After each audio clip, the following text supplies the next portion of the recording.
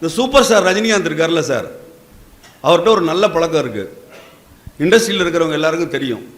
மிக அருமையான பழக்கம் என்ன தெரியுமா? யாரை பற்றியாவது தப்பாக யாராவது பேசினா ரஜினிகாந்த் சார் அந்த இடத்த விட்டு நகர்ந்துருவார்.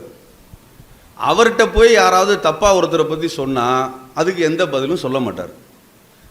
தளபதி படம் முடிஞ்சோடனே நாகேஷ் சார் போய் சூப்பர் ஸ்டார்கிட்ட போய் என்னோட போர்ஷன் நிறைய எடுத்தார் மணிரத்னம், ஆனால் படம் ரிலீஸ் ஆனப்போ பார்த்தேன் ரொம்ப கம்மியாக தான் இருக்குது, இன்னும் கொஞ்சம் என்னை உபயோகப்படுத்திக்கிட்டு இருக்கலாம் என்று ரஜினிகாந்திடம் சொன்ன பொழுது சூப்பர் ஸ்டார் அவர்கள் வெறுமனே தலையை மட்டும் ஆட்டிட்டு புண்ணை வச்சுட்டே இருந்திருக்காரு.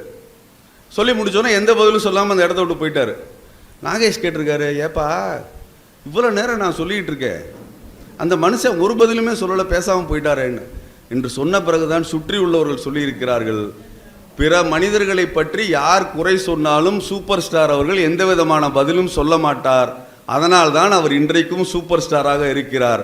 நாம் எல்லோரும் வாழ்க்கையிலே சூப்பர் ஸ்டாராக இருக்க வேண்டும் என்றால் அடுத்தவர்களை பற்றி பேசுவதை முதலில் நிறுத்த வேண்டும்.